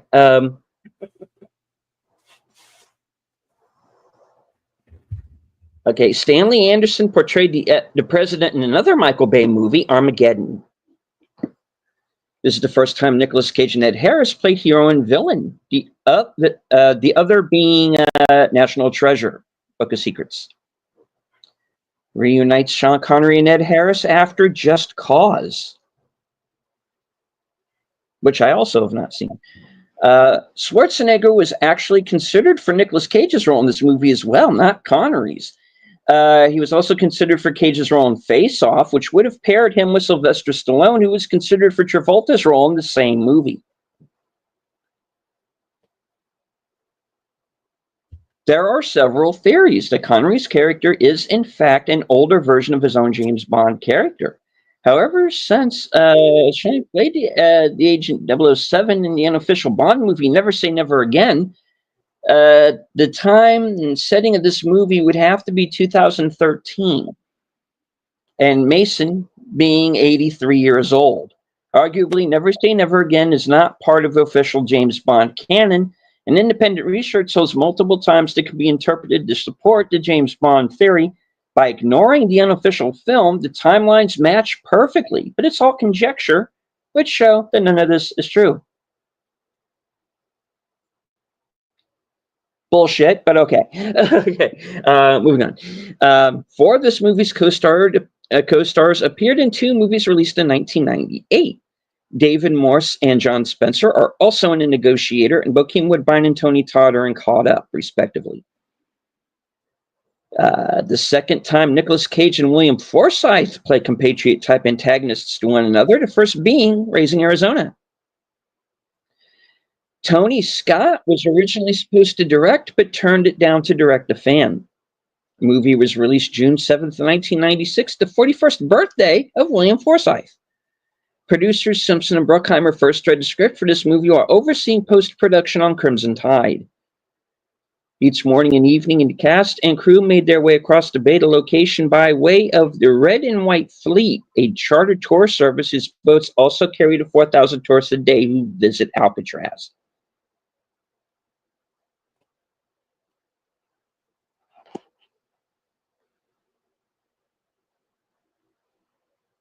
Okay, Connie, I'll look at that here in a bit. Thank you. And have fun. Yes, I said duty. Okay. All right. Let me do a few more of these. During the chase scene after Mason escapes from the hotel, he crashes through a truck delivering bottled water.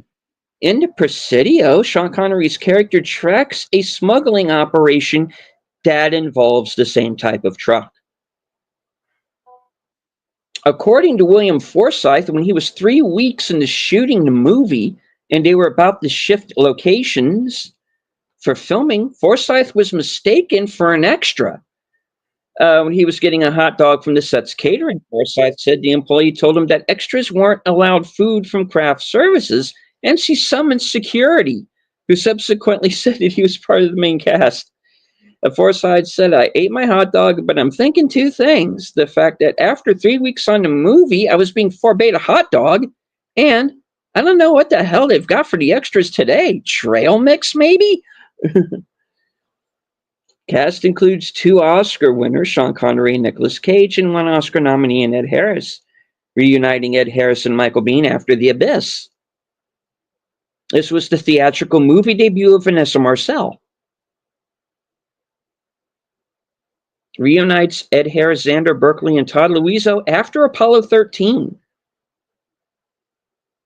Reportedly, Sean Connery accepted the part of Mason after learning that Nicolas Cage had been cast as Goodspeed.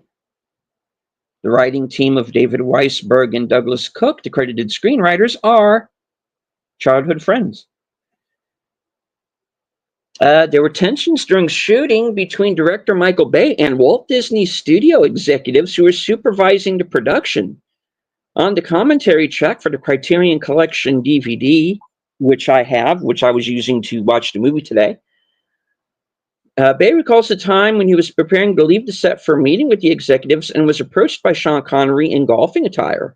Connery also produced the movie and asked Bay where he was going, and when Bay explained that he had a meeting with the executives, Connery asked if he could accompany him. Bay complied, and when Bay arrived in the conference room, the executives' jaws dropped when they saw Connery appear behind him. According to Bay, Connery then stood up for him and insisted he was doing a good job and should be left alone.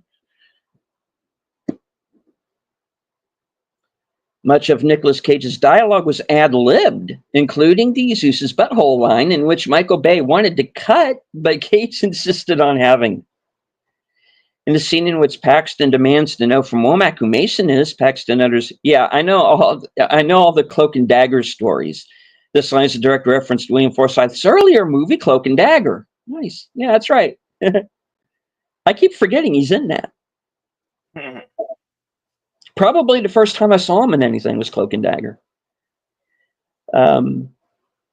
Michael Bay worked closely with Ed Harris to develop his character as concretely as possible, later adding a sympathetic edge to Hummel. Los Angeles-based British screenwriting team Dick Clement and Ian LaFernet were brought in at Sean Connery's request to rewrite his lines, but ended up altering much of the movie's dialogue. It was Nicolas Cage's idea that his character would not swear. His euphemisms include "gee whiz." Along with Entrapment, this was Sean Connery's favorite film of his own during the 1990s. In 2016, the Chilcot report on Britain's involvement in toppling Saddam Hussein noted that one agent who had falsified claims about observing weapons of mass destruction in Iraq based his description of them on the nerve gas missiles featured in this movie.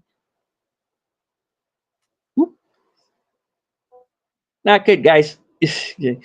Reunites Nicolas Cage and Michael Biehn after Deadfall. First collaboration between Philip Baker Hall and Stuart Wilson. They would work together in Enemy of the State. First collaboration between Xander Berkeley and Philip Baker Hall. They would be in Air Force One. Reunites Nicolas Cage with Xander Berkeley after leaving Las Vegas. Pat Skipper, who played an uncredited U.S. Navy lieutenant commander working at the Pentagon in this movie, also played Bill Scully Jr. in The X-Files. Dana Scully's older brother, Bill, was also a lieutenant commander in the Navy and also worked at the Pentagon. The Rock and X-Files. Same universe. Confirmed. Just saying. In this movie, William Forsythe claims that he knows all about the Cloak and Dagger stories when he's talking to played Morris in Cloak and Dagger. Okay, I don't know why they said that twice. The guy who gets his car stolen by Sean Connery is the same guy who got his car stolen by Ed Harris in National Treasure Book of Secrets, another Jerry Bruckheimer production. All right, I'll do a few more here.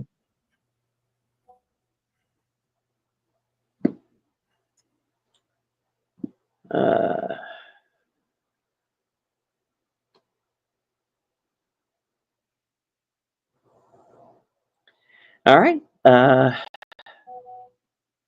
Nicolas Cage presented the Best Actor in a Supporting Role segment at the 1988 Oscars, when Sir Sean Connery won for his performance in The Untouchables. As Stanley drives the Ferrari through the auto repair garage, he says, "Oh, well, why not?" He crashes through the window. On the outside of the glass, it says, "You wreck 'em, we fix 'em." A fitting message, since he soon thereafter completely demolishes the car. This movie and the next Michael Bay film, Armageddon, both featured the song "Leaving on a Jet Plane." John C. McGinley and Tony Todd both appeared in Platoon before this. This marks the second time Michael Biehn played a soldier with his shoulder-mounted body cam. The first was Purple Hicks and Aliens.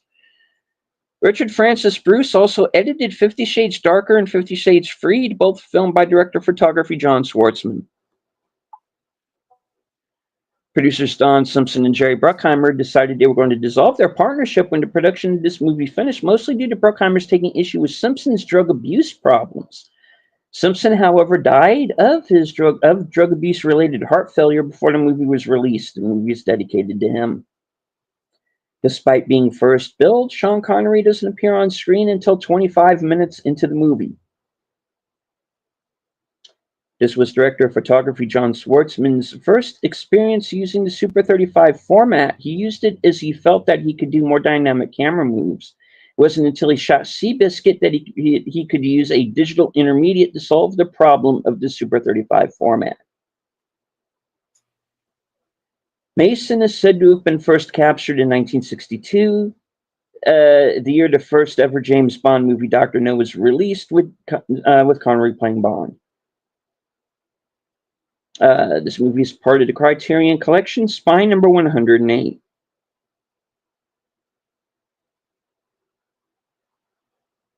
Director Michael Bay and producers Simpson and Bruckheimer first worked together when the directors shot a video for them on Days of Thunder. The studio wanted the movie to be shot in Los Angeles and only a handful of exteriors of Alcatraz and San Francisco to complete the illusion. But director Michael Bay refused, telling them, "I gotta shoot on this island because this island is so fucking bitchin'." which is exactly something I would expect Michael Bay to say. All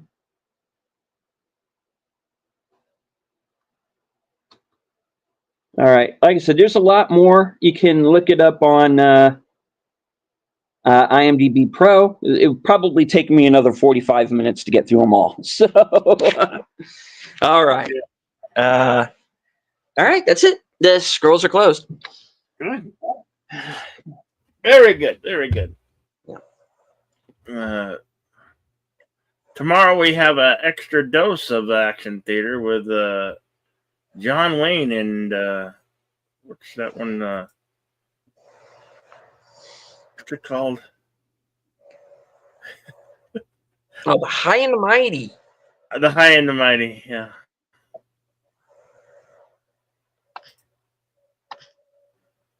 Yep, that was what tomorrow's extra dose will be, as we are honoring the men and women, fathers, brothers who went to war and did not return.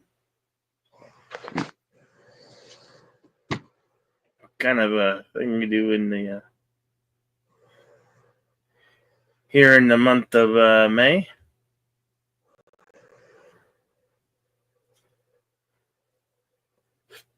That'll be tomorrow at 12:30 p.m. Because it's a longer film, so we're gonna start earlier.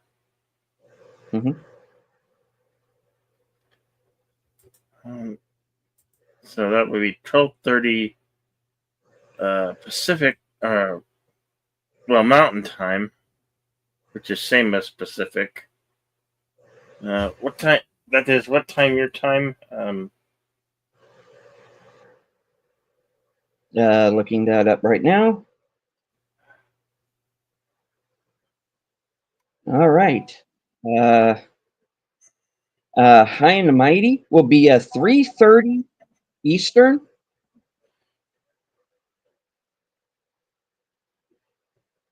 And are we still on for Western Theater on Sunday?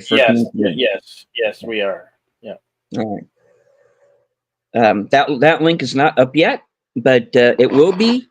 So join us then as well. So yeah, you're going to be seeing a lot of us, folks. If you enjoy the program, that would be 2 action theaters. The Rock today, which we just finished. Tomorrow, The High and the Mighty, and Sunday for Western Cinema. We complete the second half of Comanche Moon. Yeah.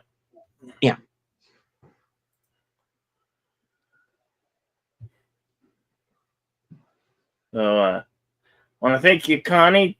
FKHC 2005.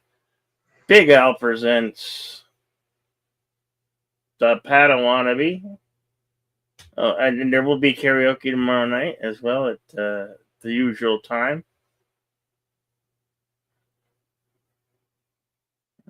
Connie Clary. So yeah, we hope you guys will join us then. As I always say, be excellent to one another, and we'll party on, and we'll see you tomorrow, and maybe a little bit later tonight, somewhere. All right, and as I say at the end of every show, I want to once again thank everybody who joined us. I also do want to remind you that due to YouTube guidelines, we could not air the film live to you as much as we would love to do so. So you will need your own copy or find it on streaming. I'm sure it's probably on Tubi somewhere or something. It usually is. And I get it. I get the upset when the movie is not actually there, but it's a YouTube thing. If you feel that strongly about it, please take it up with them, because maybe if enough people bring it up, maybe they'll change the rule or lighten up on it. So, yeah. All right. As I always say at the end of every show, thank you all very much. Good night. Take care. Stay strong. Be safe and healthy. Don't get stuck in a hostage situation on Alcatraz. That would be very bad. Hmm. Because this is how we win.